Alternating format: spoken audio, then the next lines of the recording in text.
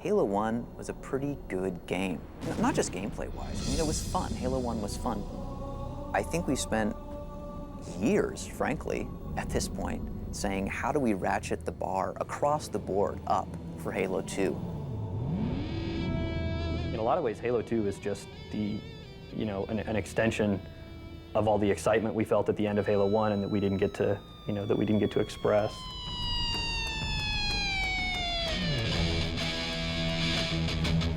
Just in every way, we've really increased the scale and the scope of the game. It's exploring huge environments, 10 times the size of Halo 1. It's about kicking ass in as many ways as possible, in as many different bodies as possible. Halo 2 is about guns and more guns. That's what it's about.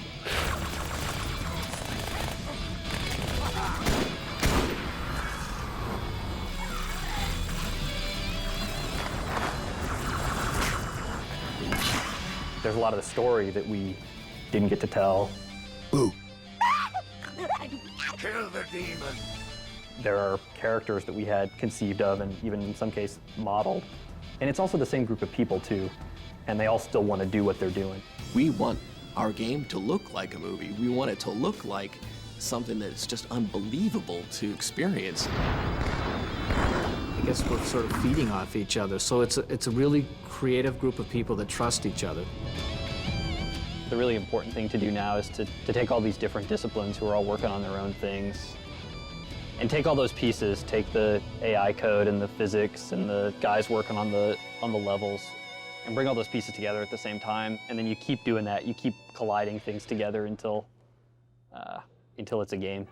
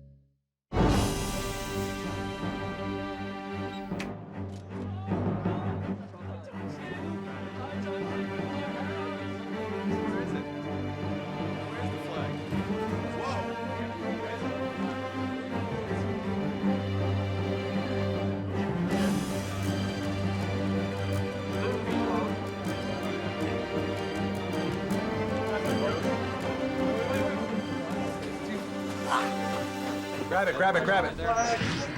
Keep going, I got your back. No, not you, dude. Dude, shoot the guy at the window. Hop in. Grab the sword, get him. Keep it going, keep it going.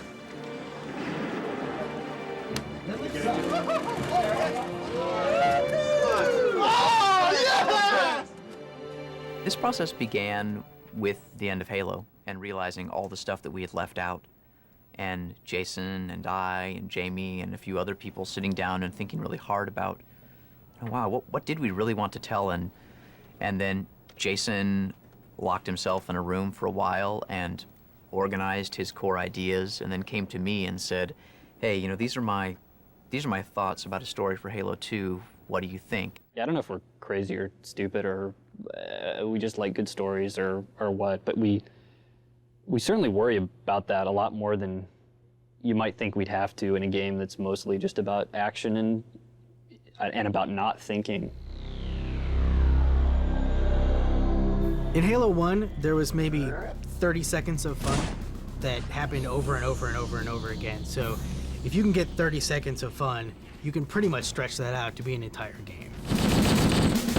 Encountering a bunch of guys, melee attacking one of them before they were aware, throwing a grenade into a group of other guys, and then cleaning up the stragglers before they could surround you. And so you can have all the great graphics and all the different characters and lots of different weapons with amazing effects, but if you don't nail that 30 seconds, you're not going to have a great game.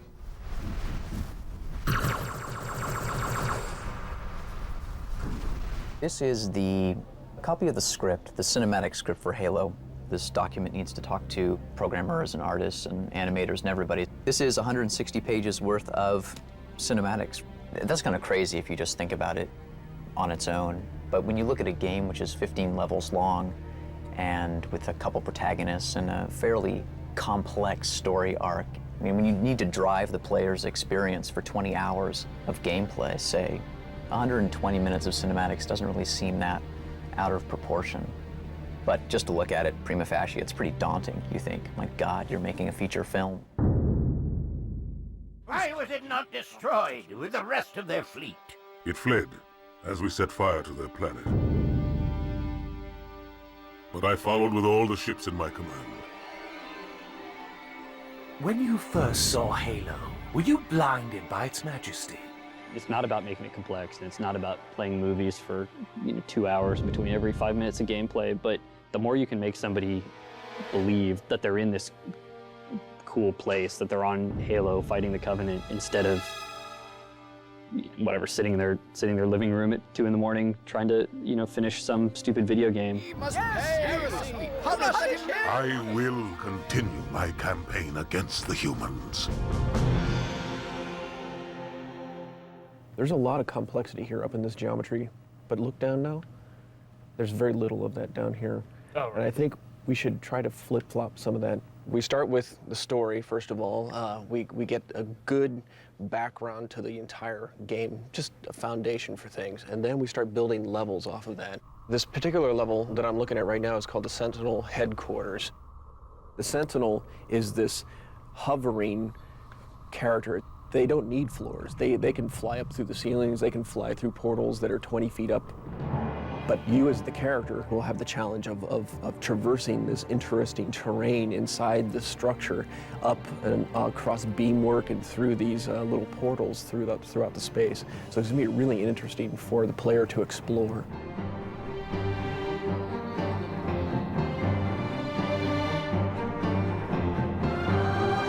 All right, we made it, huh? All right, Michael's going to talk about the engineering and stuff. It's amazing to me how good stuff looks and how much progress we have, but something I've been thinking a lot about is E3. E3 stands for the Electronic Entertainment Expo, and it's the biggest event in the video game world where all the developers and all the publishers and all the gaming press all get together for, it's almost a week-long carnival, practically. Trade shows are useful because they make you get your shit together. It's important for us to get excited about what we get done for E3 because we need to build that excitement up and go. God damn, we have a lot of work to do between now and E3. I think it's really important to be ambitious. I think it's important to have more balls in the air that you can catch at the end when it all comes down to it and you have to ship a game. But certainly you can go too far. Of all the people on the team, Tyson and I are probably the people who are the most frightening for Jason and the programmers. We are the most crazy, scripting, crack smoking. This would be so cool, damn the frame rate. Let's pound the code to make these crazy things happen. Oh, no. Woo! E3 demo from start to finish. Woohoo! They entered the city a little over an hour ago. Yesterday, before the demo, we had all this stuff that we were just throwing in, and finally something began to catch, and we started moving. But all this stuff that didn't exist 2 hours earlier is all of a sudden in the demo and ready to show to people. That's when it's the most rewarding and most fun to be doing this sort of stuff, is when it clicks. So you will continue fighting. I don't think this part of the script is going to work, but at some point, you and your ODST buddies will jump down and you'll have 2 SMGs at this point, 1 in each hand, and you will begin to tear into the grunts with your 2 SMGs. Damn straight we're going in! A lot of things that you see at E3 are movies so that they can kind of fake the sound or, you know, pre-render it even so that their frame rate is solid. But what we're doing is we're playing it in front of people live. Sign will come crashing down on the dropship. Boom! The Master Chief will be chased by brutes, and this is all up and horrible, but... And then all of a sudden, another shadow of a dropship passes over you. And Cortana says, "Oh Lord, look out! Look out! Because it's raining brutes, baby!" Oh no! Brutes! Look out! This is for a scene where the brute jumps down onto the hood of the Warthog, surprising the driver and the Master Chief in the back for Joe's demo at E3. We always want to try to put a bit of ourselves in the character. It's at least what I'm trying to do with the brute as well.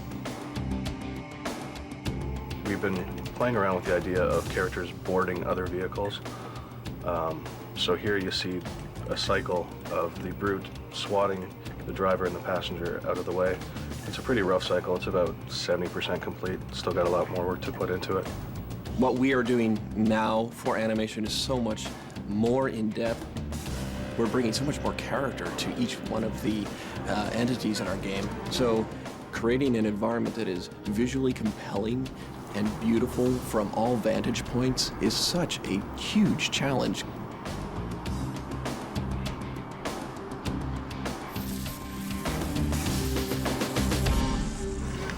Look how cool that weapon is.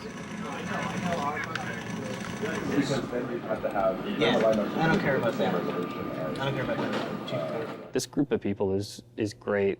I'm sometimes pretty awestruck by, how smart these people really are and how good decisions that they're really making. Yeah, I'm really proud of those guys. Okay, we should try it. Just that scene where the chief ejects out the tunnel door now, which was never slow before, is now butt slow. Okay. Everybody here, they work really, really hard, and it doesn't take that pressure to get them to jump it up to the next level. Jason, help. I think we should find a different way to do that, because the whole f***ing Pelican was generating these immense shadow volumes that were filling your screen with this giant bomb. We are the most cynical people. Like, we are the jaded crowd who, if a game doesn't entertain us in 5 minutes, we stop playing it. Oh no.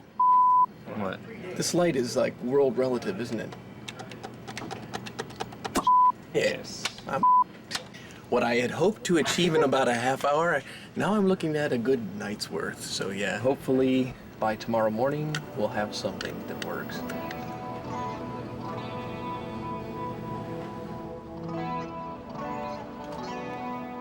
The Pelican is so expensive. That's what Shadowcast. The small group of people who, as you work to the very, very end, are going to sit down and feed off that adrenaline and fix the really nitty-gritty details and ship the really totally polished thing. Oh, that's gotta hurt. There it is. It's gotta hurt. It's all so easy, but oh no! What's that from What is above? that? It's a new thing. We're just throwing everything we can at it. And, Joe keeps pushing for more and more, and then the programmers will come through with some spectacular thing, and then the particle effects guy will, create something that just looks beautiful, but then the frame rate goes down, and and my music is no longer in sync. There it is. Bet you can't stick it. Oh, You're on. what was that? That's something for the fans. I like that. That was That's the first I've that's seen for that. the little glowy. that's for the really plasma hardcore, like German press corps. Like up to that point, we're like, you do not believe it's good, and now they're like, wow.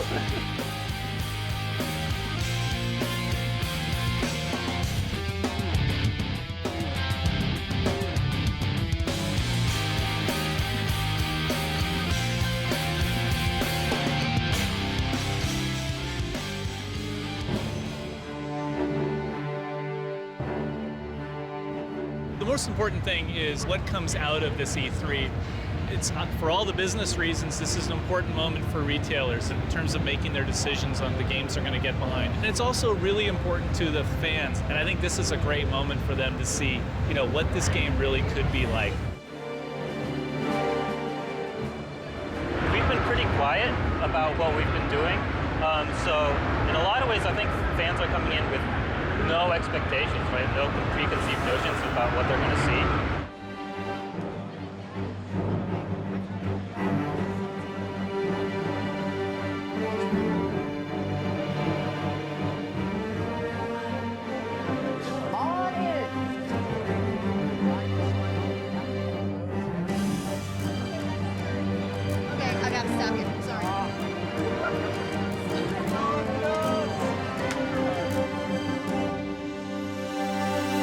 So we're going to show you Halo 2 today. This is a... I'm actually going to be playing it as best I can. But before we start, I just need to go over some safety regulations in case of fire or electrical storm or earthquake or something like that. Just be sure that you guys are safe. Stow it, son! These folks didn't wait in line to hear your lips flippity-flap. Knuckle up and get ready to dance, you pasty bastard! Yes, sir, Sergeant! What you good people are about to see is an operation in progress. This is a real-time feed. No smoke and mirrors, pre-recorded bullshit. Have made landfall and occupied one of our cities. We will link up with our forces in theater, engage the enemy, and boot their sorry behinds back into the stratosphere. Demo biatch! Sir. You got anything? Well, I need to talk about Didn't think so. Kill the lights!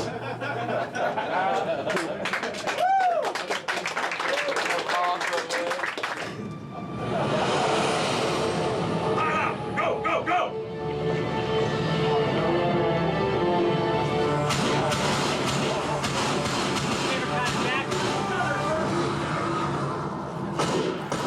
Take my weapon. You'll need it.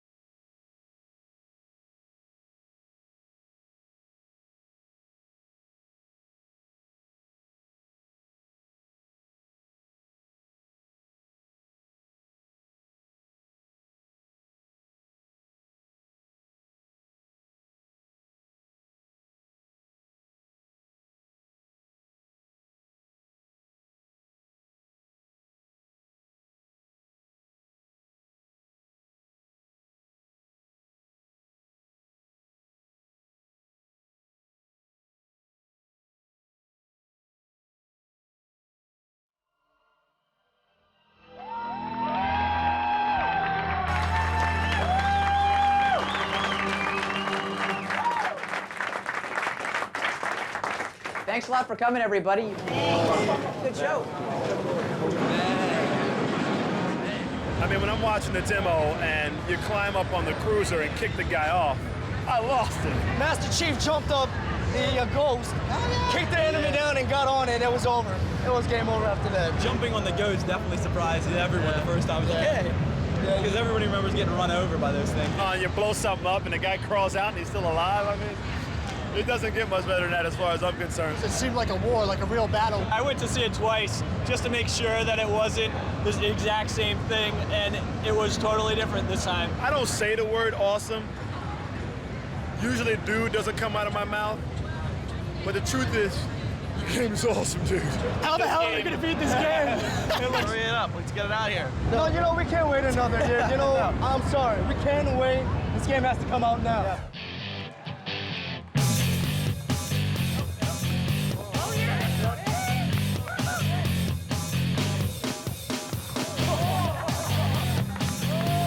Listen, we spend day in, day out indoors under fluorescent bulbs, slaving away. This is the first sun we've seen in months. look, you can see just by our bulk and our musculature that we're not only top-notch game developers, we're also star athletes. Okay,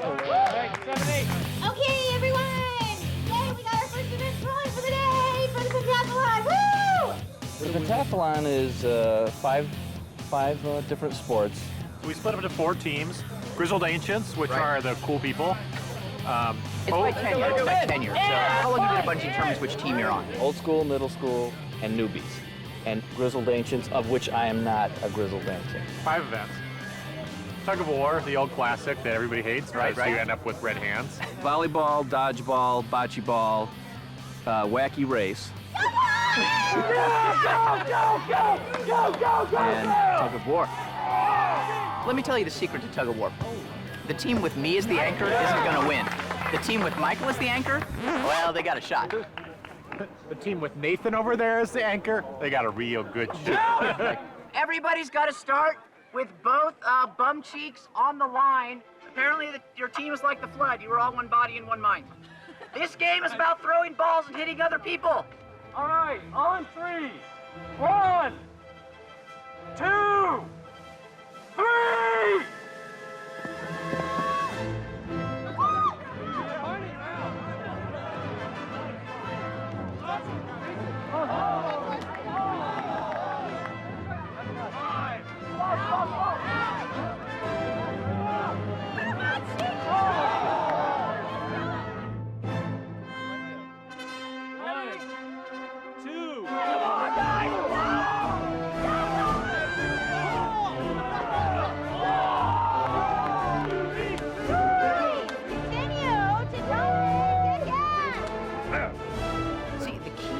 At the pentathlon is non-alcoholic.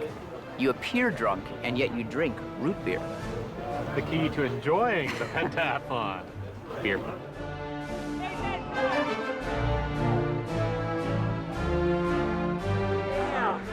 I hate all of you! You know the whole thing about you guys. I love you, man. Well done. Great honor. No hugging. Pentathlon for 2003 is officially done.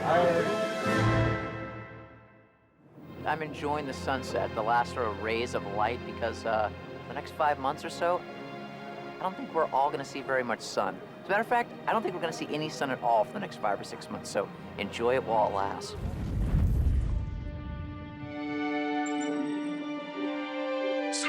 Just inside our formation. Additional context. We had a vision in our mind about what Halo 2 would look like, and that vision is really easy to see in the Halo 2 announcement trailer.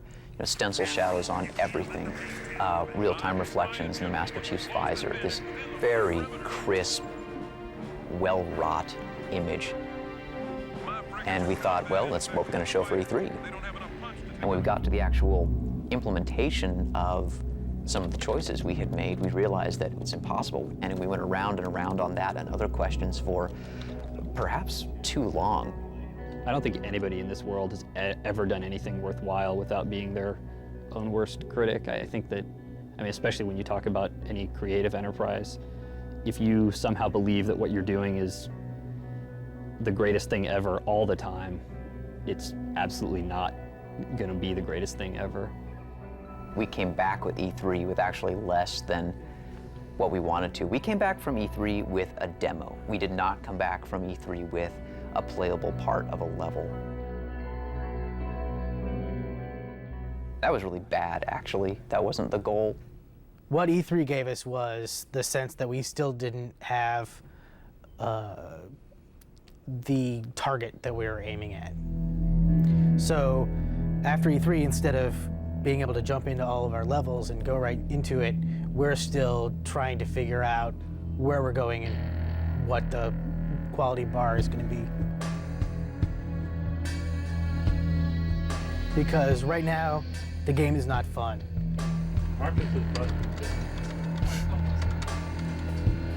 That is if I have time with all you bastards making me fix things. We've got 50, 60 guys now on the Halo 2 team. They're waiting to be told, hey, what do we do? You know, what do we, as this massive, smart, talented, hardcore, devoted guys that are going to stay up really late, what do we do? Tell us, we want to do it.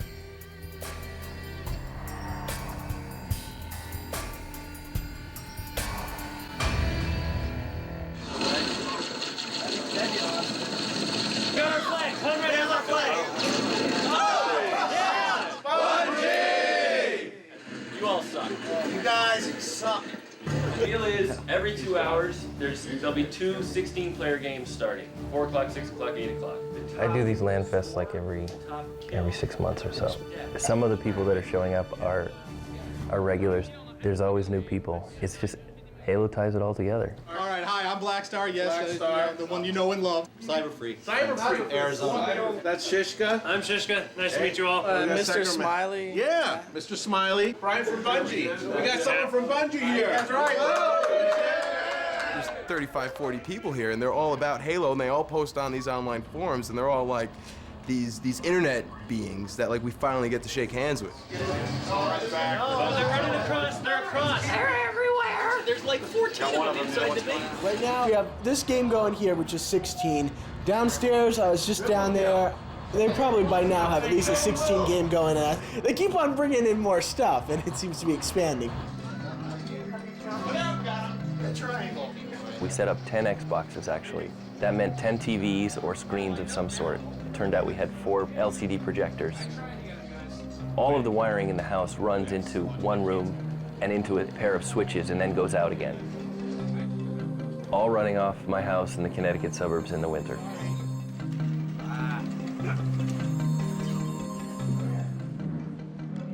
Hi, I'd like to place a to-go order, please. It's pretty big. I want 12 large pizzas. I want 3 pepperoni, 3 cheese, 2 meat lovers. There were people willing to spend next month's rent to fly across the country to play in a game at my house. Got the flag. I'm out the front. That's just playing offense. Oh my! What it comes down to is getting together with people and being able to yell at them. Being able to, you know, talk about, oh, it was so great when you killed me with that rocket. I didn't even know it was coming, you know? Shishka's aim is horrible. Train. Oh my God. Being able to, like, reflect on the gameplay afterwards. Blue team got the most captures. I got the most kills. So I get one of the prizes. Dolbeck's got most kills, and then Kingpin got 1 death because he just sat around like a pansy. But if he's watching this, he's a pansy. He knows. What do you mean? It's I not saw that his moist thing down. Yeah. It's like time on bunch of clips, bro. They probably think we're a little strange. What do you mean a little? A little? It's a hobby like any other, and every hobby has its own level of obsession or a level of interest. We're a social group getting together. Gaming used to be the domain of the geeks, and it's not really anymore. I got the flag. You got it? Oh shit, maybe not. I got it. Are we too old? I have look at me! Nah. To Halo 2? Halo 2. And Bungie. And Bungie. What do? I make guns.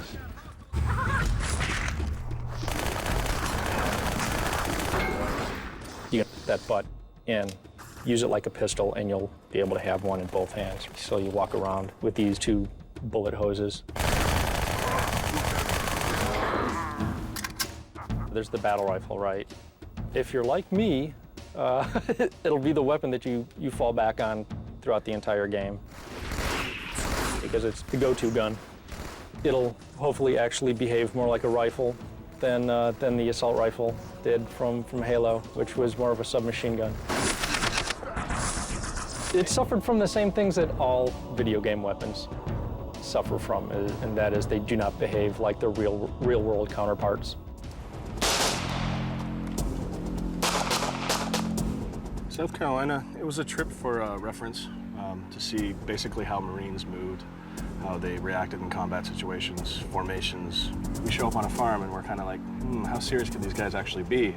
And then we turn the corner and see a table full of guns. Not only 1 table, but 2 picnic tables full of guns. Actual military issue service weapons. It ranged from pistols to machine guns, fully automatic, silenced. You're talking the deadliest type of guns. And these guys were pretty serious. It was kind of intimidating. Gun comes up, gun Bang, doesn't bang. work. And now I'm going to take up a good shooting position and I'm going to follow him all the way into the ground, try to take him down. If I were to just barrel point him like that. During the development of Halo, whatever, we'd made mistakes. We definitely got some criticism from actual people that were in the military. We had a smaller team, right? And we had a very short time to make the game. We did a lot of research, but there's only so much that books can teach you. You've got to get a lot of research hands-on.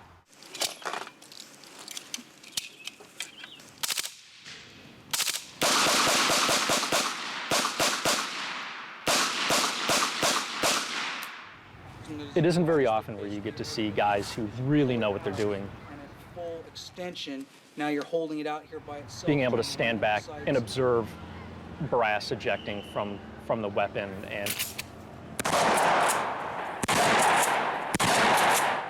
The most surprising thing for me was basically the communication between a two-man unit. Moving. Move. Touching your partner's back when he's in front of you. Marines going into combat formations, how they'd handle certain situations, how they'd handle multiple opponents, single opponents. We're trying to go far and above what we've done in Halo 1.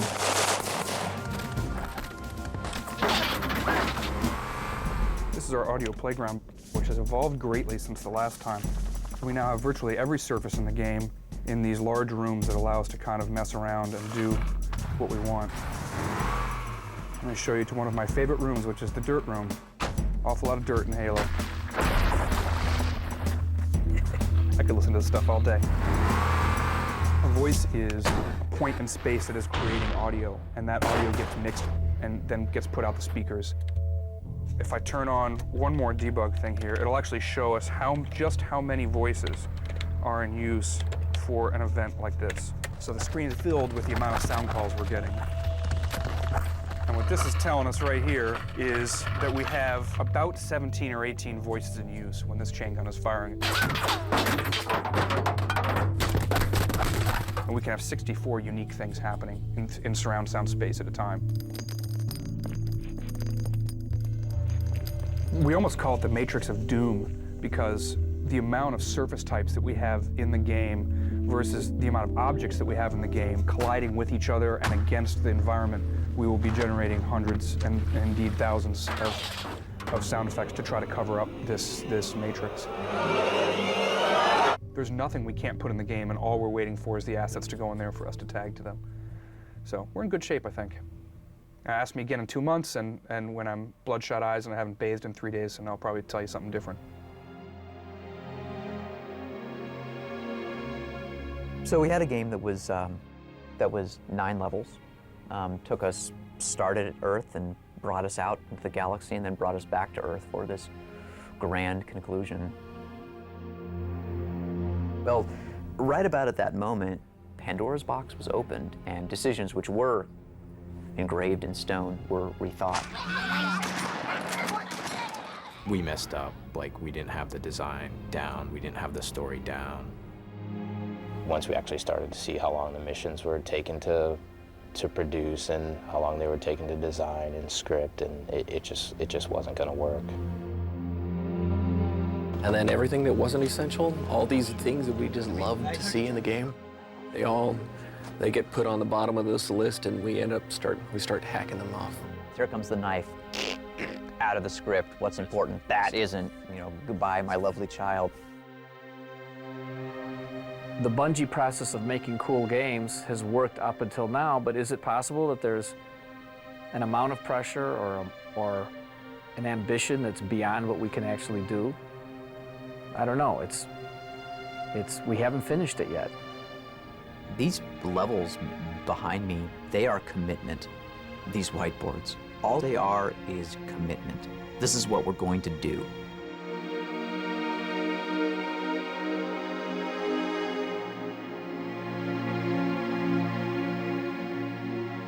The time for constructive feedback is done, and it's time to work.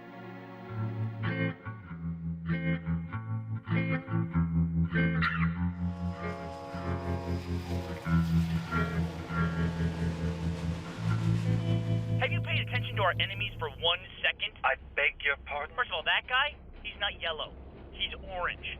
And since when is there a girl on the red team? My favorite thing is pretty dresses. Arrgh. I got termites in me leg. And that is not a southern accent. Arrgh. Do you have any tampons? Seriously, what is the matter with you people? At the time we started the series, we thought we were the first people ever to do this. We did. We thought we were very such original. creative geniuses. We made 2 little 5-minute.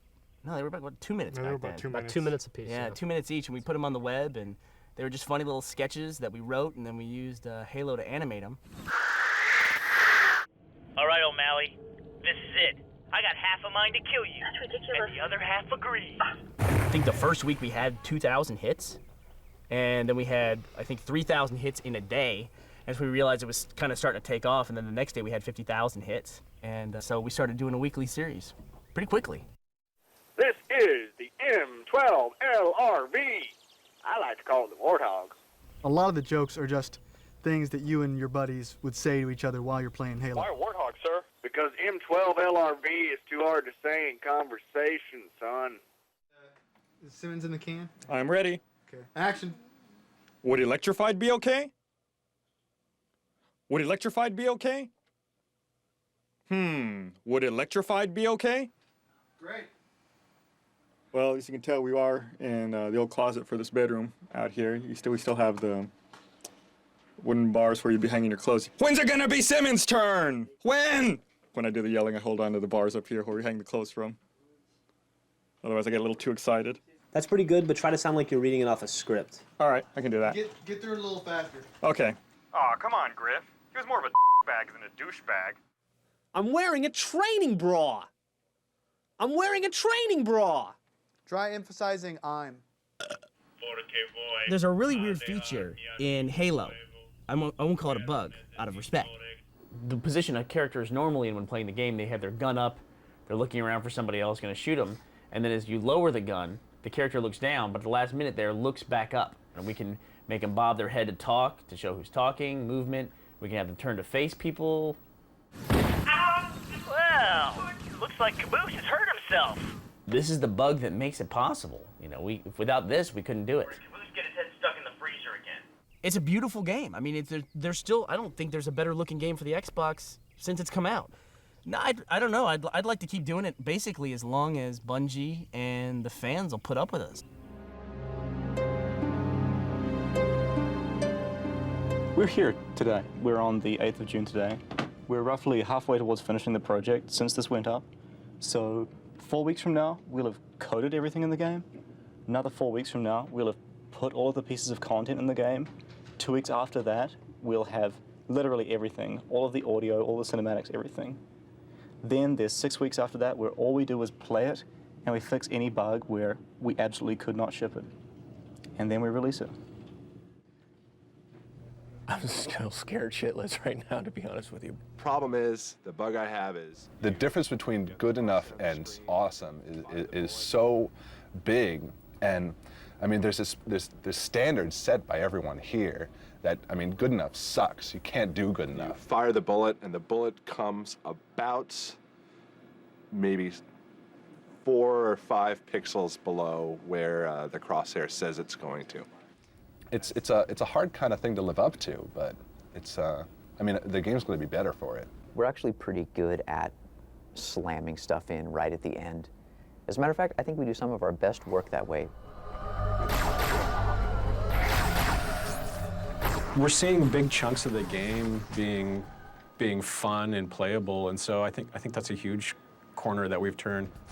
Right now I'm working on polishing the blood splatter decals.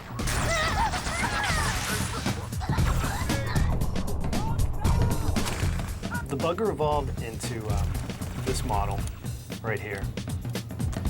He has independent little hips, which kind of give him buggery movement, which is cool. We're trying to add certain specific weak points to a Banshee's, like on the anti-grav pods on the wings. We've got a huge amount of work to do in this very, very compressed time period. That's scary. These guys everybody here is scared. More time would be welcome. CJ doesn't need us until... If we could have some more time, that would be great, but the fans are screaming. More time. Yeah, we're gonna use a lot more time. If you can invent a 75-hour day, you'd be my best friend. We're not asking to work shorter days. We're asking to work as hard as we're working right now, but just 2 weeks. It's an amazing thing to be part of. That many people want something so bad that they're willing to spend that, that time and that effort 7 days a week. It's tremendously hard. It's a cool thing to be part of, and Halo 1 wouldn't have been what it was if we hadn't done that, and this game sure wouldn't be what it is going to be if we had worked 8 hours a day, and maybe that sucks because we didn't plan right, and maybe there's a way to do it all on the 9 to 5 schedule, and maybe one day we'll even find that, but it's sure not the way it's going to be this time. We've undertaken this really massive task. I think that we had 2,000 or 3,000 lines of unique combat dialogue in Halo 1. And now we're talking more than 14,000 lines of combat dialogue. So the end result is that Marty and I are spending, Marty more than me, a bunch of time in the studio getting a lot of voices. On a galactic scale. Let's see. Fairly robust security algorithms. I could crack them, but sidestep, cover my tracks, and voila, top-side hull schematics. See, Jen, you just made like all the dorky techno geeks. There's nothing hotter than a woman that can infiltrate topside hull schematics. What's it like working with Marty? That's a good question. Joe? Oh, well, I mean, it's the best. Working with Marty is an effort in patience and restraint. He's hilarious, he's funny, he's sharp. He gets to bitch like nobody's business about how much work he has and how little time there is. We work together really well. The two of us together are the most unlikely couple for a variety of reasons. I hate him, actually. Chief, whatever you're gonna do, make it quick. I think Cortana might just be genuinely... Basically, well, all you want to do is say, louder, faster, now you're sad. But Joe is like, well, you see, back in the first centuries of spaceflight, the Covenant... So right, the Covenant fleet which arrived at Earth is now attacking. There's an engine core, and if we destroy the reactor, the powers the core of the ship. Actually, I can see the actor's eyes start to glaze over, and they have no idea what that means. So they'll say, so, you want it faster? And then I'll go, yeah, faster. I'd say Marty's direction is incredibly intuitive. Sometimes, and I'm smiling even as I say it, I don't know what I'm going to say, but Marty does, and he's already written out exactly as I'm going to say it. Oh, Pods, coming in. Sweet Lord, it's raining aliens. Oh, Jesus, why you do this to me? Aliens everywhere. Number one, you want to have someone who gets it, especially if they've played the game, or if they're really good actors and they've improvised a lot. That's the kind of performance we're looking for. I just don't want the actor to blow through the page and give me exactly what I want. I want the actor to go through the page, give me what I want, be inspired, and then launch off into some crazy realm. Hello, I am 343 Guilty Spark. I am the monitor of Installation 04. This will save me from the storm, but you will be consumed. The universe is full of cold, hard facts, and this is one of them. Chief, we've got a problem. The boarding craft from the Malta and the Athens are converging on us. The moment of salvation is at hand. Forward, warriors, and fear not pain or death. I shall light this holy ring, release its cleansing flame, and burn a path into the divine beyond. This place is falling apart. Kill me or release me, parasite. But do not waste my time with talk. I need a weapon. This is not your grave. But you are welcome in it. Kill the other. I have come to kill you.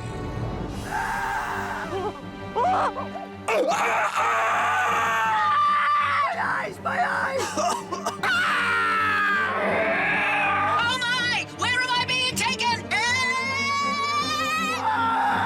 Hold on to your potato. I stick my foot so far up your ass, you'll be talking shit for weeks. Good golly, Miss Molly. Have you? Punch it, Ensign. Turret's wasted. Oh, denied. Hoorah. I love holding these highlighters.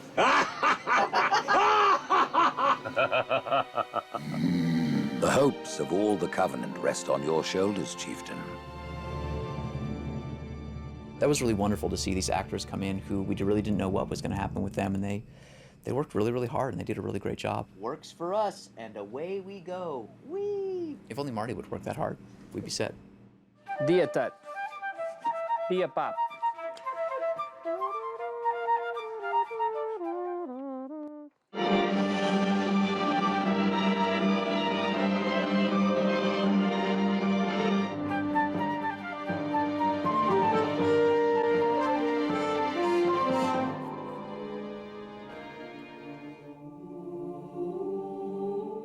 There's always a point, like when I'm all by myself composing, and this just happened like within the last 24 hours, where I'm thinking, is this anything? Is this idea going to be interesting to anybody?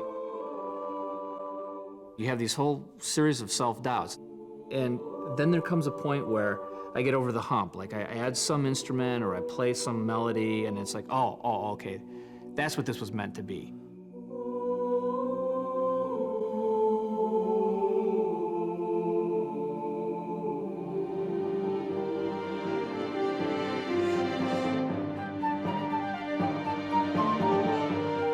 If I'm involved in the development of the game and I actually enjoy the game, and I'm talking with Joe and I'm talking with Tyson, I'm understanding emotionally what they're trying to do, then my product will be better because I'm that deeply involved in it. Marty's pretty amazing. Marty makes pretty much everything we do twice as good, and that makes me really angry because he's just about the only individual who has that level of contribution to the team. But I would never say that to him.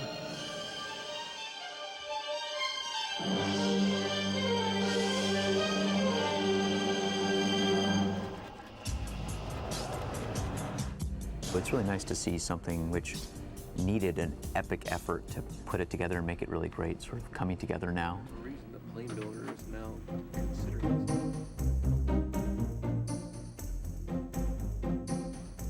We're at a stage in the game development where a lot of things that were broken or unfinished are really coming together.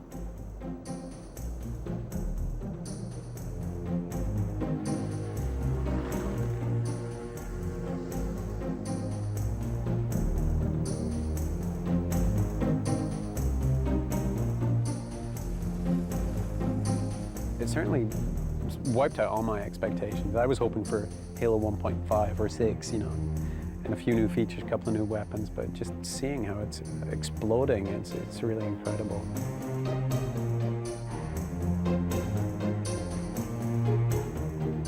It's really great to have this deadline that we can't move at all because it forces us to kind of finish it. When the producers come over and pry our hands from the keyboard and say, okay, you can't touch it anymore, we've got to start manufacturing these discs, I think that's the point where we're gonna have to stop, and that's gonna be the end of it. People are like, God damn, like it's so cool to fight the hunter, except then this grunt guy came over, and wouldn't it be cool like if you could jump up on the hunter's back and do this or that, or you know, whatever, and you're like, let's go do it. It feels to me like the excitement is coming back. Getting the missions together is pretty huge. It's something that people haven't seen for 3 years. All the designers are here, programmers are here, environment artists seem like they haven't gone home since about April anyway, so I think everybody's kept focused, and I think that's something that's really important. We're seeing the light at the end of the tunnel, so that's good. There's glorious, bright light at the end of the tunnel. I see the light, it's this little pinprick, but it's coming fast. I'm married to the guy who actually got to see the light at the end of the tunnel, and he says it's glorious.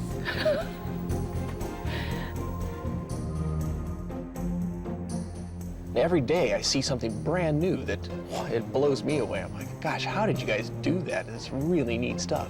It excites me, makes me do better work, makes all these other guys do better work. They're really excited about it. Jason has this phrase that he uses for how things come together at the end, and he says that it's like assembling a cathedral out of a hurricane. We scale each of these 3 factors by a different value. The best part of working Halo 1 was at the end, when the game's done, you come in and play the game, and that's your work. You come in and you actually beta test the game. And I was just telling him that I can't wait to do that. I can't wait to see all the work that we've done, put it in the game and play it at the end of the game. It's gonna be awesome. I would describe it as barely pulling out of the dive in time to make a perfect 3-point landing, and I think if the plane holds together, we're gonna land it okay. I'm often amazed by the shit that we can pull off. This group of people is great. Well, I think it's about believing you're the best and that there's nothing that you can't overcome. It's about showing everybody else that you rule the world. And it's also about having fun. I mean, as hard as it gets, it's still the best job in the world. Come on! All right, stick together. I know. Oh, it went up top. Right there, Burger Max. Kind of a little bit. I like to think of it as jumping out of an airplane with some silkworms and a needle and having to make your parachute on the way down. It always comes together right at the very end. Pull this out from so far. There's always this thing that happens at the end where all these disparate pieces come together and make this glorious game, and to a certain extent you just have to keep your hands on the keyboard like it's a steering wheel of a race car and type really quickly as all this stuff falls into the hopper, because very quickly what's going to come out the other side is, I think, something which is really good. We're not sure yet, but it's looking like it's going to be good. There's nothing I could do. We've got a problem. I will continue my campaign against the humans. Warriors, prepare for combat. 30 seconds out. Stand by to... Whoa.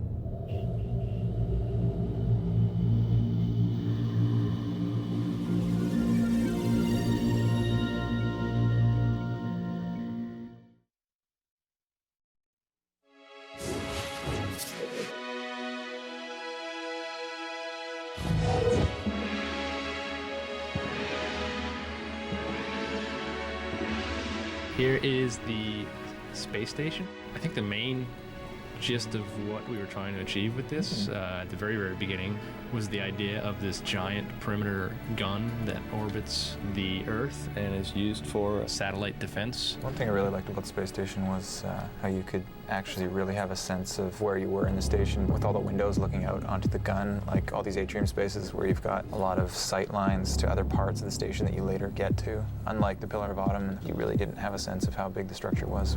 That leads us onto Old Mombasa. We had a lot of destruction present in this to really try to set the mood of the Earth being under attack. It was sort of an inspiration of what would an old ethnic neighborhood look like in the future. So a lot of stuff has been retrofitted with wires, and it was a nice way to transitions into the newer architecture, which you eventually get to after you play through the beach and the tunnels and all that. And you eventually end up over what we call New Mombasa. A lot of the look and feel of the city was based on either concepts that were painted or from actual photographs of the current city of Mombasa that exists in Kenya. And so that's why it seems familiar. At the same time, we've tried to add as simply as possible signs of 500 years of human advance. It sort of still harkens to the arcology concept that Chris Lee was working on a long time ago for the E3. You'll see a lot of architecture here, like this large bridge. There's some highway sections, and then the new city. And the reason why the arcology was replaced is because it was such a massive structure that you really felt like you were just in a gray metal canyon and not in a living city, nearly as much as the new level. So hopefully it was a change for the better. Gas Giant. Dave's baby. It's big. Worked on this big for baby. Too long, too many years. It was satisfying to play through it. I played through it today, and I think successfully the production half of it feels like, okay, this is where they're moving these odd canisters full of gas that they're farming. I think there's a good transition from that to the research area where this predates the Halos. The idea for this is where they first sort of came into contact with the Flood and had this horrible potential war in front of them, or infestation. Okay, here we go. Sentinel Wall. This is where things start to cook up story-wise. This wall was built by the Forerunners to keep the Flood quarantined into a specific area on Delta Halo. Even the exterior of the quarantine zone is supposed to reflect the barrenness and the lack of life that the Sentinels have been trying to instill in the area by starving it of light and energy and heat and all sorts of good things, and so that's why it's so cold. And we're now at High Charity. We definitely took a departure from the Covenant stuff that we did in Halo. We're able to squeeze the most out of the Xbox and actually do all the fancy curves and shiny surfaces that we had drawn out. We chose a different palette for colors. Yes, purple. A lot darker. Much darker purple than much darker purple, desaturated. Mauve tones of Halo 1. But we pulled off a much better organic feel to everything, which was really kind of neat. And so the lighting is going to be very dark and moody. So now we're looking at the Delta Halo. It's really cool. It has a lot of beautiful water shots. I think some of the really good overgrowth throughout all of it. Yeah, we definitely put a lot more attention onto making Forerunner structures look like they've actually aged. First game, they were pretty thin. It's somewhat reminiscent of the first control room in terms of its sort of the ziggurat structure that Chris Barrett did in Halo 1. We wanted to relate to that in the spherical room shape, or the control room shape, but unearthed it a lot more. I think this is really where we hit our stride, because the sheer scope and scale of all these levels, yeah, they're huge. They're huge.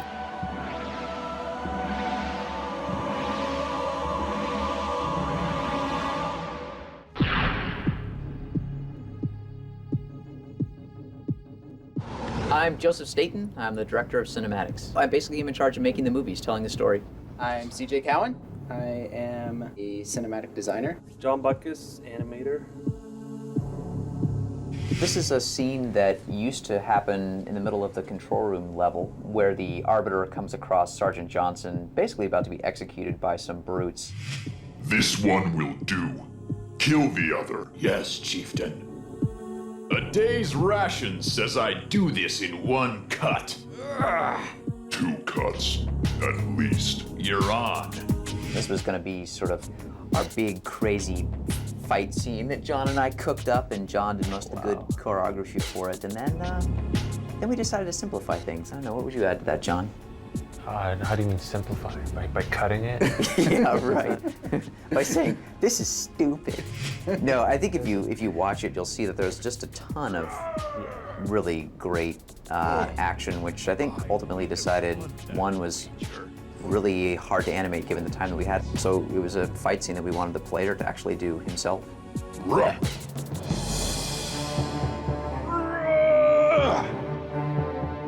I always wanted to have some big rumble between the Arbiter and a bunch of the brutes. You don't really ever see these guys go at it unarmed, and this would be the one great situation where you see, look at that, whoop, ah! Look at that choreography, oh, in the face.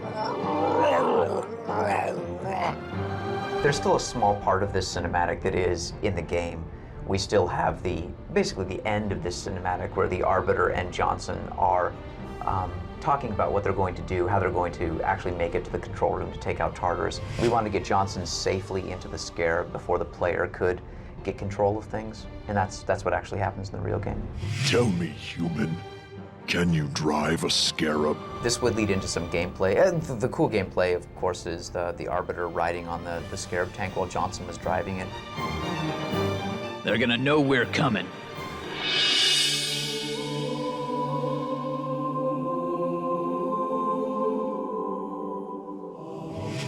This is the scene that used to be called the mural scene, and you're about to see why. This is our big chance in the middle of the game to give the player a really clear understanding of the Covenant religion, explain how it's actually set up, what they believe in, and why. I think the original Videomatic that we're looking at, it probably gave the player too much information. I think we were trying to sell the Covenant side of the story a little bit too hard. What has happened? The prophets blame us for that braggart Regret's demise, and decided to replace our best warriors with these imbeciles. But I think the cool thing, if you look at the real cinematic in the game, the one that evolved from this, we picked the most important things, which were the changing of the guard, the relationship, the uneasy relationship between the Spec Ops commander and the prophets, and then the sort of conniving way that the Prophet of Truth gets the player, the arbiter, excited about going and completing his task. Those sort of three critical moments are still in the real cinematic, but they're done much more efficiently. This is kind of the very beginning of the realization that the Covenant is starting to fall apart, where the elites are kind of being ushered off to the side by the prophets, and the brutes are kind of coming in, and nobody really knows what's going on. The Spec Ops commander's like, I don't know why we're being kicked out. It was clear the elites could no longer guarantee our safety. But we have always been your protectors. These are trying times for all of us. We have this fantastic story arc that we're trying to get across, and we have all this backstory that we're trying to get across. And there comes a point where we look at the amount of time that we have left to finish this game, and we realize that we're just crazy. We're not going to be able to do all of this. And so we pick our battles with, you know, what we can cut out. And essentially, we're not losing that much by the cinematic that replaces what you see here. How well do you know the writ of union? As well as I did the day I swore my oath. Recite the first canto. So full of hate were our eyes that none of us could see. Our war would yield countless dead, but never victory. So let us cast arms aside, and like discard our wrath. Thou in faith will keep us safe whilst we find the path. Hungry for power and dominion, our ancestors met on the field of battle.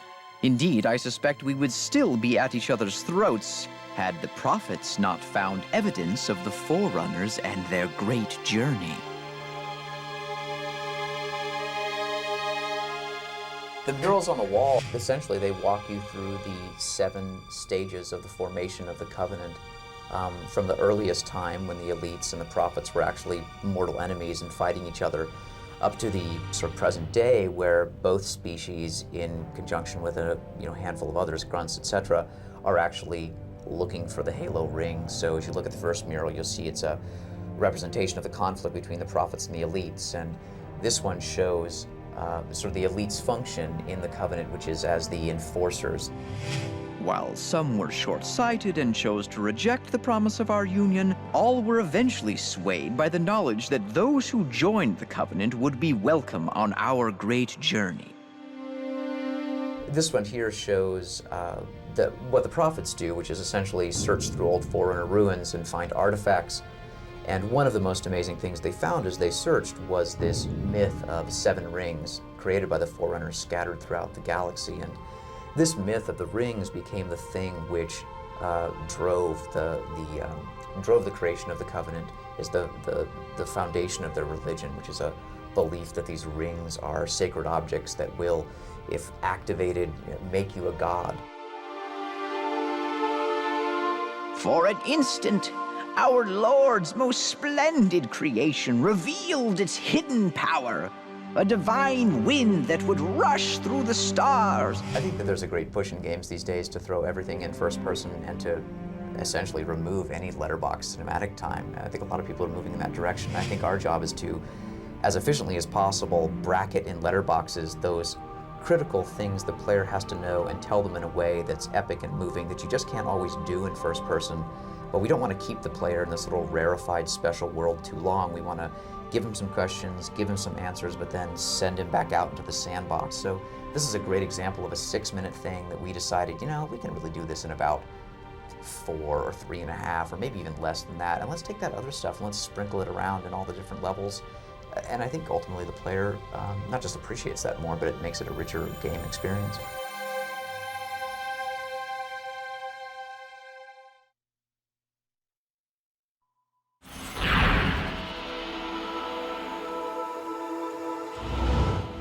Robert McLeese. Mainly, I make guns. My name is Marcus Leto. I am the art director for Halo 2.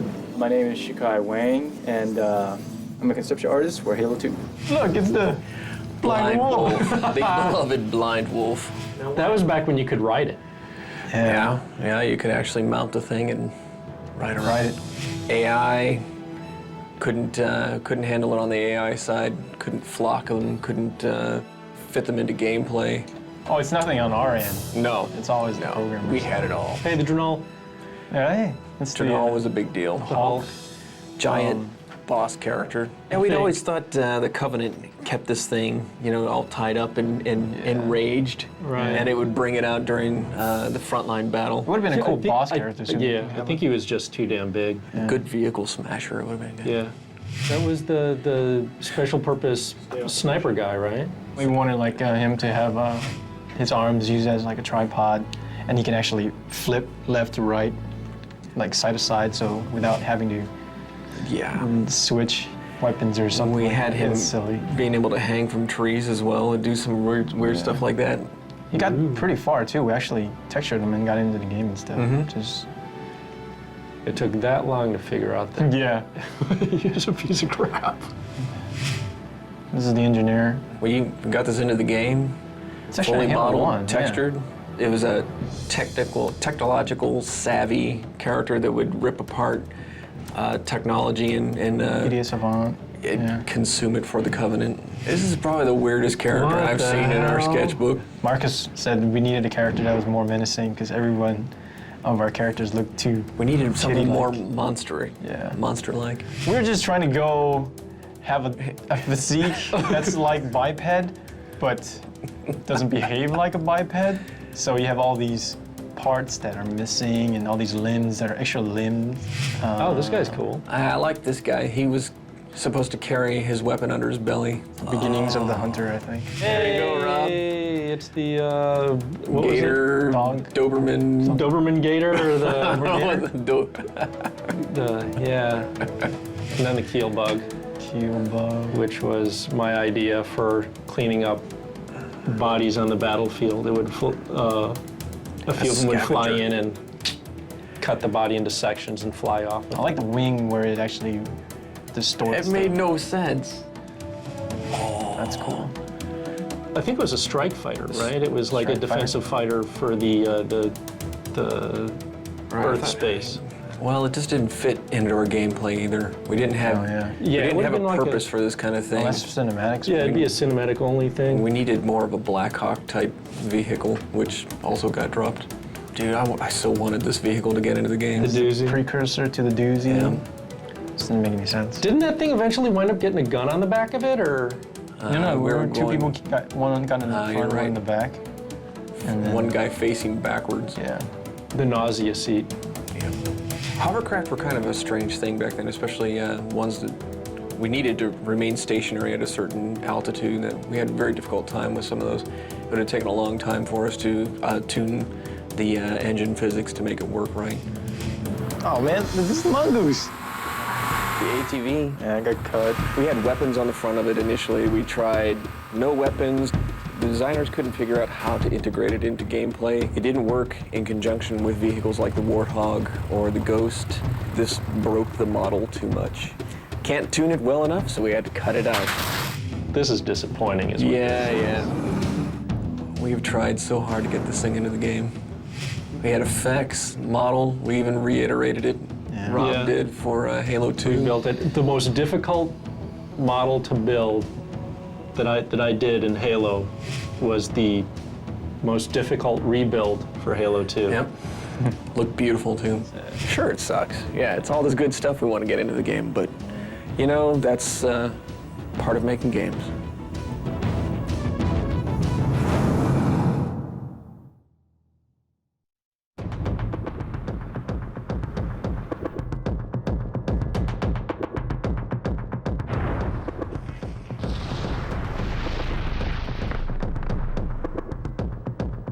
The story of Halo 2 it's the story of Halo 1 told from the Covenant perspective.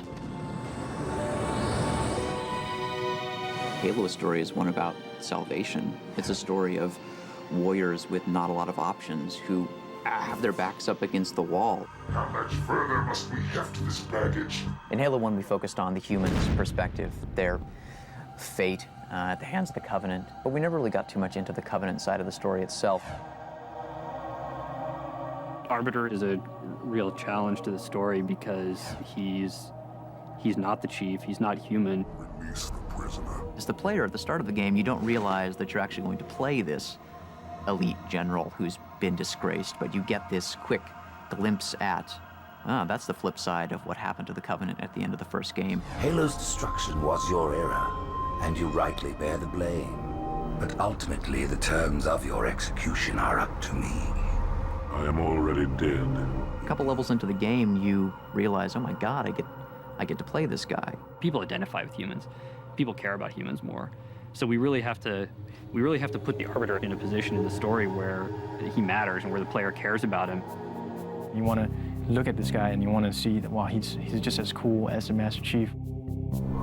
What would you have your Arbiter do? This time around, it's essentially we're telling two stories that simultaneously. We're going back and forth from level to level. Way over 90% of the time, there's going to be the player who's not paying any attention to the story. He's writing his own story. It's basically just an action movie. That's really a challenge in a game. Like when you stop the game and give the player your dose of the story, and you've succeeded when he's not thinking of those two things as different anymore. What we are doing now in Halo 2 is so much more in depth. We're bringing so much more character to each one of the entities. For the sacred icon has been found. With it, our path is clear, our entry into the divine beyond guaranteed. This new character here is the Prophet. They wanted some guy who is omnipotent looking and, really powerful. Looks like, but really old and fragile. Prophets are the ultimate bad guys. Were it not for the Arbiters, the Covenant would have broken long ago. In Halo 2, we are really making a bigger effort to give each one of those characters their more animalistic behavior, something that's more true to the actual character themselves. He's just this big, brutish guy who is just, you could probably equate him to, a really badass biker you met in a bar and crossed the wrong way. Brute is more of a combination of a gorilla type-like face, and he's got a skin of a pachyderm. The Mohawk. We were trying to think of a way to distinguish the Tartarus from the rest of the pack, and main bad guy in Gremlins 2 had a giant white Mohawk, and that worked extremely well. Everybody realized, who was the boss. I like him. I like him a lot. I think he's a cool character. I think Tartarus is someone who you really will, at the beginning, trust a little bit, but then end up loathing. And I think putting a bullet in his head is going to be extremely satisfying for people. Now would be a very good time to leave. The Chief was extremely robotic. In Halo 1, I've made him a much more, not sappy, emotional character, but show some cracks in his armor. Explain a little bit more about his relationship with Cortana. Apologize, but we're going to have to make this quick. You look nice. Thank you. And his relationship with another character, Miranda, who we're introducing, the daughter of Captain Keyes from the first game. Commander Miranda Keyes. This is a much more human story. Smile. What's it? Well, we still got something to smile about. Master Chief, pretty much the consummate professional. Does his job, walks off, doesn't even get the girl. He's that cool. He doesn't need her. Your pal. Where's he going?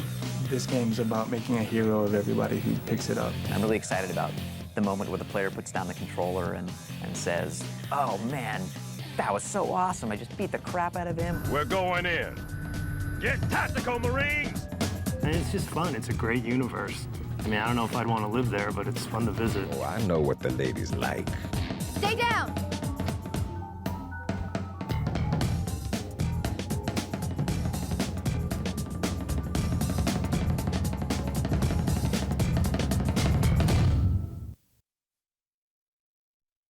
The loss of one of the sacred rings racked our hearts with grief.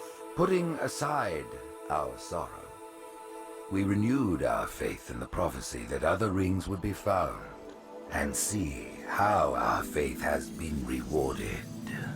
Halo!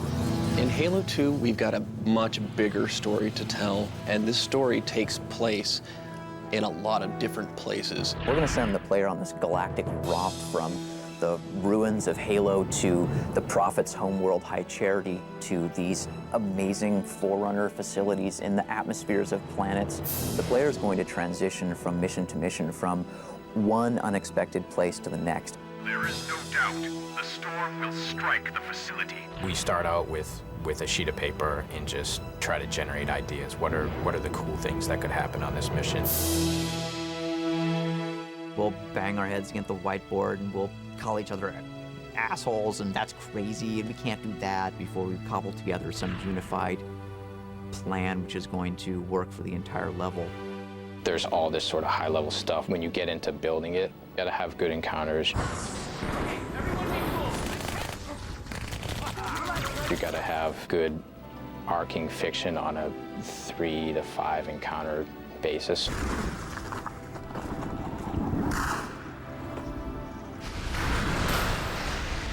At some point, you'll get a surprise twist that sends you off in a different direction, and then it's got a really cool finale. Oracle, what is Halo's purpose? It's building an encounter that always keeps people thinking. It's a pretty big challenge. Is there anything actually going on in the room before I get there? Are guys just sort of patrolling? Is there another fight going on? You know, or Flood gonna bust through? There's a lot of tricks you try and employ. We want the player to feel like they're choosing to go in a direction even when we're forcing them to. We guide the player with texture, with lighting, with AI, with sound. We obviously want to make it so that there are multiple paths through this space.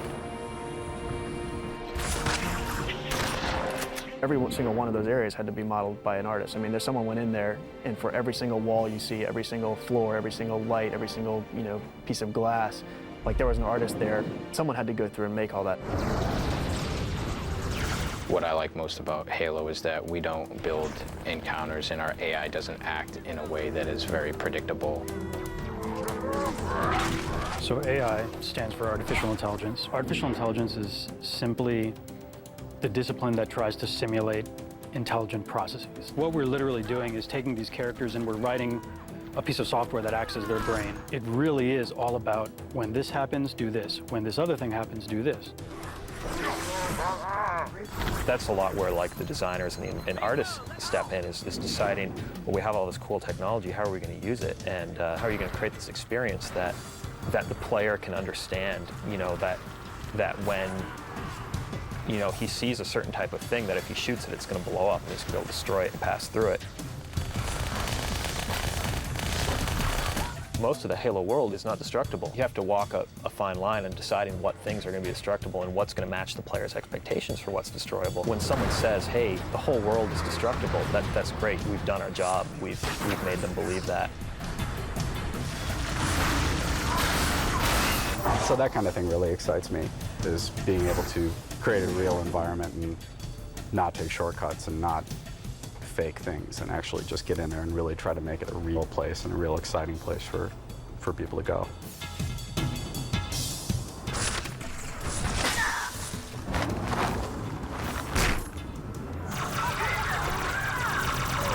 If you can set it up so that each new situation is a problem that the player has to solve, he can do that over and over and over again.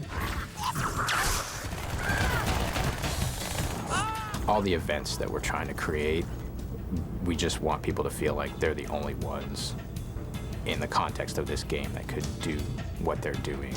It's all about you saving the universe. Again.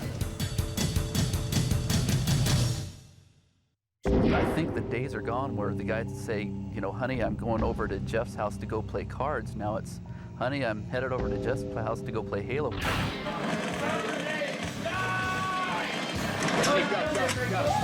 Multiplayer is a little different because it's more like a sport in that you're, yes, the game is there, but it's basically helping you compete against your friends. You essentially get to rage against each other in this crazy combat world. It's always fresh. Your opponents are always new, and they are always adapting. Super addictive. We played it every single night for 1 year. We actually kind of went out on a limb with Halo 2. We've designed each one of our multiplayer maps so they fit within the single-player settings. So you could look at any of our maps and you could say, wait, I know that location.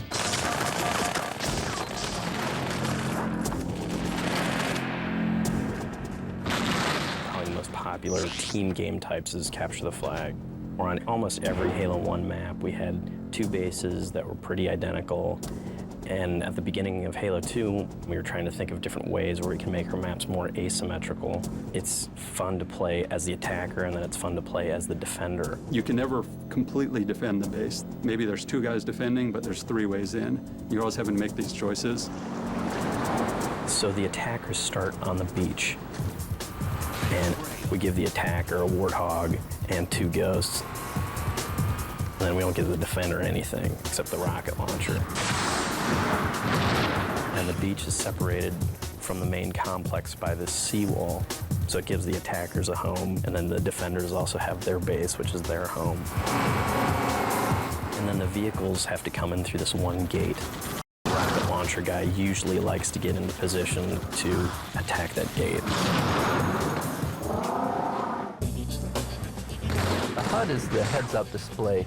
Let's say I'm in a firefight and I'm firing my weapon, and if I'm taking damage, the indicator turns red, so I can instantly see if my teammates are in trouble. And if one of them was to die, my friend there is dead. He shows up with a big red X over his head. Now, there's been many times I've been in a game and I'll be following my buddies right into go get the flag, and then all of a sudden I'll see all these red X's appear on my screen. I'll go, you know, maybe now is not a good time to run through that door.